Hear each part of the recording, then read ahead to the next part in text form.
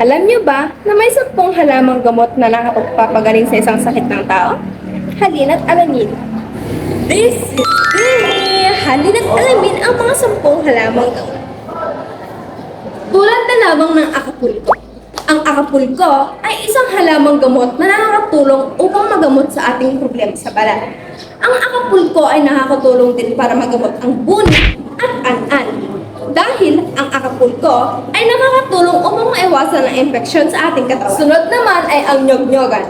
Ang nyog-nyogan ay isang halaman na may buto, na kung saan ang buto nito ay nakakatulong upang panlaban sa bulati sa ating mga tiyan. Ang paggamit ng nyog-nyogan ay dapat may maingat na pamamaraan. Sunod naman ay ang palaya at bawang. This is Bert! Alam niyo ba na ang ampalaya ay isang halamang gamot? At ang ampalaya ay kilala sa mabait itong lasa. At karaniwan itong ginagamit sa pagkontrol ng... Sunod naman ay ang bawang. Alam niyo ba na ang bawang ay ginagamit sa pagluluto? Ito rin ay isang halamang gamot.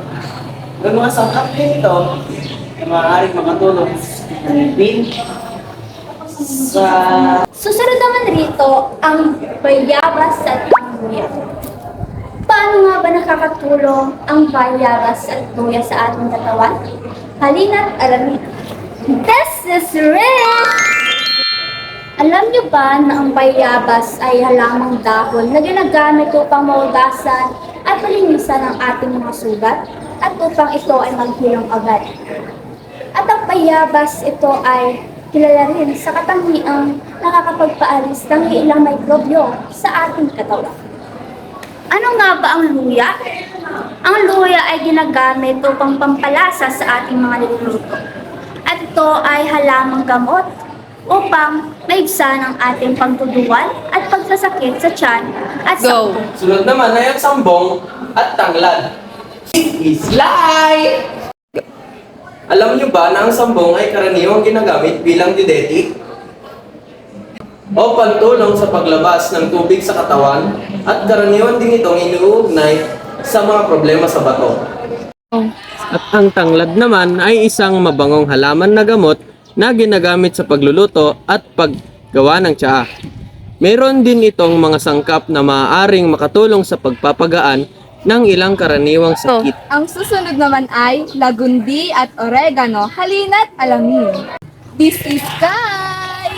Alam niyo ba na ang oregano ay isang mabangong halaman na ginagamit sa pagluluto at tradisyonal na paggamot?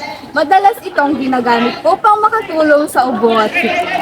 Ang lagundi naman ay isang halamang gamot na karaniwang ginagamit upang makatulong sa pag-ubo at iba pang sintomas ng sipon. Kilala rin ito bilang tradisyonal na halamang lunas sa ibang problema sa pag-inom. I just had to let you know you're. She a happy baby, she a